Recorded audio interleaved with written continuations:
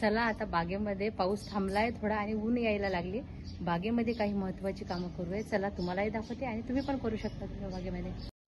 पावसामुळे झाडांची अधिक ग्रोथ झालेली आहे. बघा आता गुलाबाच्या झाडाची मी कटिंग करत आहे, कारण फुलं येऊन गेली आणि भरपूर असं कटिंग करण्याची वेळ आलेली आहे.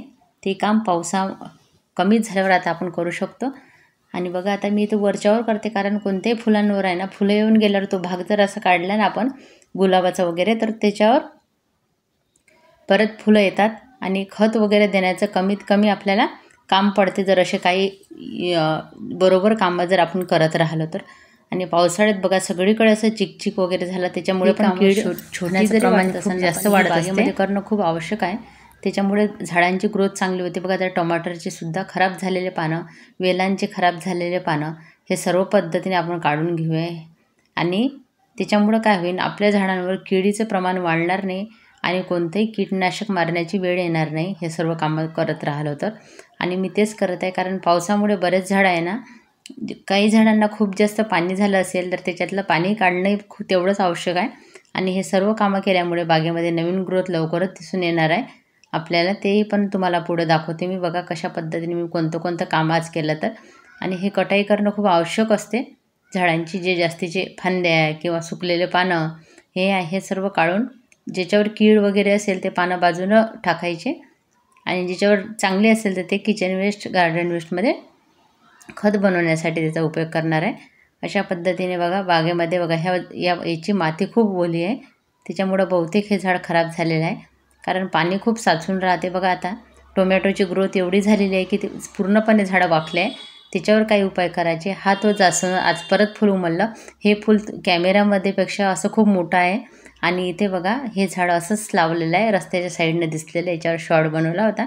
खूप सुंदर फुलं आले, बी पण तयार होते. बघा आता काही दिवसापूर्वी मी ही मिरचीचे पानं तुम्हाला एका व्हिडिओमध्ये कापून दाखवले होते. नवीन पान आलेले आहे. आता काही फुलांवर सुद्धा नजर गेली. किती छान फुलं उमललेले आहेत बागेमध्ये. बघा वॉटर लिलीचे भरपूर प्रमाणात उमलतात पावसामुळे. झेंडूचे झाडाचे बघा आता मी जे फुलं येऊन गेले तो भाग कट करायचा आणि खराब झालेले भरपूर पानं आहे याच्यावर, त्याच्यामुळे ते पण कट करते. त्याच्यामुळे आपलं झाड थोडं फ्रेश होईल. आणि याच्यानंतर मी पुढचा व्हिडिओ जो आहे याच्यावर जर तुम्हाला पाहिजे असेल तर नक्की सांगा. उरलेली जे कामं आहे मी केलेले आहे ते पण तुम्हाला दाखवायचे आहे, पण एकाच दिवशी हे सर्व कामं होत नाही. फक्त एका व्हिडिओमध्ये देण्याचा प्रयत्न मी करत आहे, कारण हे कामं एका दिवसाला होत नाही, भरपूर कामं असतात. हे दाखवण्यासाठी तरी थोडेच असतात, पण भरपूर कामं असतात.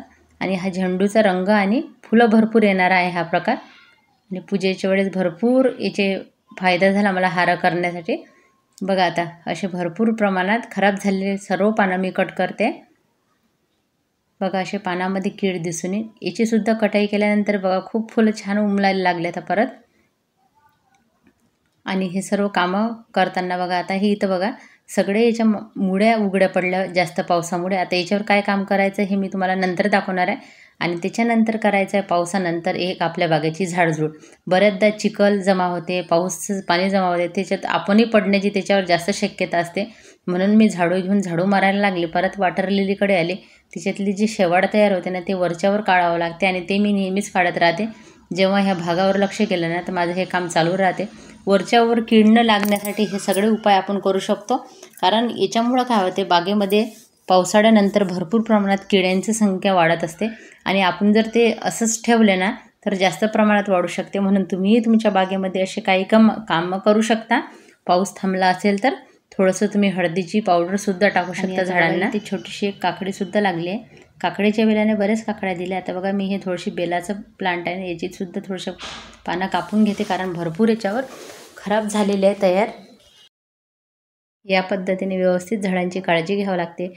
बागकाम म्हणजे पाणी आणि खत देणं नाही, तर अशा बाकीच्या गोष्टी झाडांना समजून घ्यावं लागते कोणत्या झाडाला काय लागेल. आणि बघा इथे कुंड्या पण तुम्ही सरकू शकता, कारण याच्याभोवती बघा बराच ओलावा त्यांना निर्माण झालेला आहे आणि ते सुकल्यामुळे थोडे किडे वगैरे असते ते पण दूर पडतील, ऊन जर लागले तर या सर्व गोष्टीला. आणि तुम्हाला आजची माहिती कशी वाटते नक्कीच सांगा. आवडत असेल फक्त चॅनलला एक लाईक, सबस्क्राईब आणि कमेंट तुमची करायला विसरू नका.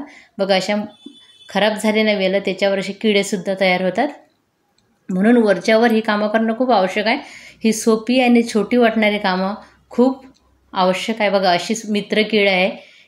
थोडंसं झाड वाकडं झालं नाही हे पान, त्याच्यावर कीड तयार झालेली आहे बारीक, ते मला दिसत नाही आहे, पण ते कीड तिथं आलेली आहे, मित्रकीड.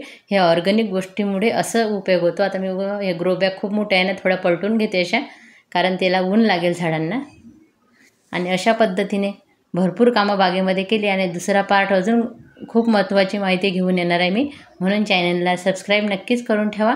आणि कमेंटद्वारे काय होते, एक बोलण्यासारखं वाटते की आपल्याला कोणतरी बोलत आहे आणि आपण त्याच्या प्रश्नाचे उत्तर देण्याचा सुद्धा मी प्रयत्न करत असते नेहमी. आणि बघा आता हे ड्रॅगन फ्रूटला नवीन थोडासा नवीन ग्रोथ दिसली, म्हणून खूप आनंद झाला. धन्यवाद.